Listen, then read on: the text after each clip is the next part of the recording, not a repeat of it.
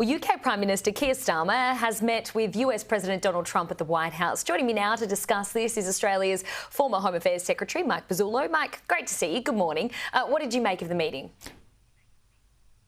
Well, good morning, Holly. I think the pattern of the Trump presidency is really starting to emerge, and this meeting with the British Prime Minister, I think, adds to that pattern.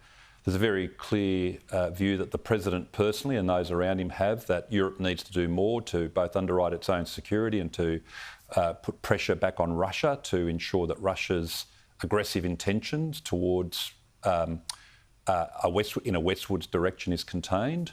And so I see it as part of that larger picture. Now, will Europe respond? The signs at the moment are actually mixed, but they're mixed tending towards positive. Both President Macron, who visited recently, the British Prime Minister have all talked about the need for Europe to improve and increase its military capability. That's important because it's clear that the Americans are frankly weary and frustrated at the lack of co-contribution from the Europeans over many years, in fact, decades. So I think that part of it is becoming apparent. I think the open question, and we'll see what happens with the outcome of the visit by President Zelensky, which I gather is in the next 24 hours or so, the resolution, whether it's a ceasefire, a truce or some kind of peace negotiation around Ukraine, obviously is an open question, and we would all hope and pray that Putin doesn't get rewarded for aggression, but we'll have to see how that negotiation goes. So I think the pattern of his presidency, at least on the European side of the sort of the supercontinent of Europe and Asia, is starting to appear and emerge. I think it's still unclear, though, in China, in relation to China and Asia, but we might come to that separately. We'll get to China in just a moment, but of course you mentioned there are a lot of moving parts here, and Trump's pressure strategy seems to be working, or at least there's been some movement here and the dialogue is open. As you mentioned, Volodymyr Zelensky will travel to meet with Donald Trump this week or over the next 24 hours or so. How do you think that meeting will go? What will we see come from that meeting? Will it pave the way to peace, and what will be the terms of that minerals deal, do you think? Well, it looks like the shock effect, and it has been a shock, the way the US has described the situation, the reference to Zelensky as a dictator, although I noticed that the President walked that description back in the joint press conference a few hours ago, in fact saying, I'm not sure that I called him a dictator, did I say that? I think that all of those tactics and that shock that's gone into the European system has worked.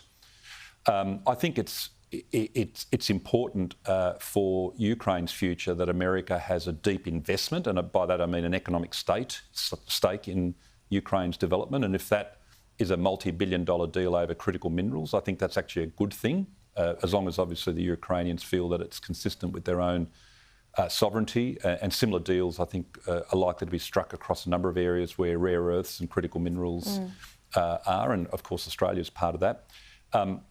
The boundaries are going to be critical, Holly. Does Putin get any territory? Is he rewarded for aggression?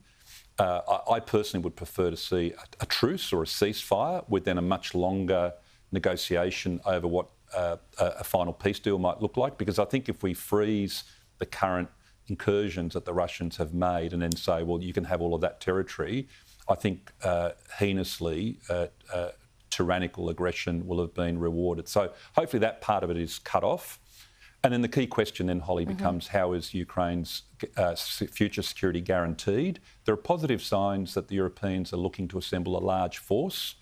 And then there's a question that Sir Keir Starmer has framed in these terms. If a European conventional force goes forward to block future Russian incursions, will the Americans backstop that force, is the phrase that the British have been using its air power and its other strategic enablers in case those forces get in trouble. OK, Mike, there's a lot to get to today and a lot of moving parts happening today. I want to get your thoughts on something really important that's been happening back home to China, lurking off Australia's coast, of course.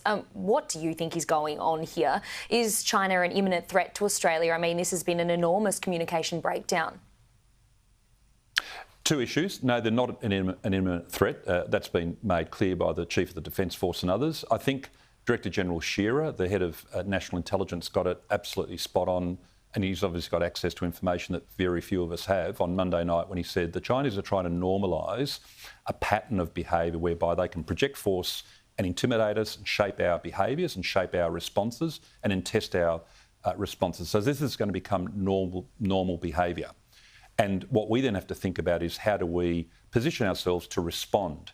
Other countries that are faced with this kind of dilemma of probes and aircraft and ships coming close to their coastlines or close to their waters respond very professionally with not just surveillance, but in some cases create or undertake simulated military exercises about what they would do in wartime to deal with such force projection. The Americans do it off Alaska and Hawaii, the British do it in the North Sea. We just need to get into the habit of having our ADF at a higher level of readiness, which is going to cost a lot more money, and to be prepared in case there is a surprise and in case what appears to not be an imminent threat becomes an imminent threat, to deal with it on the spot.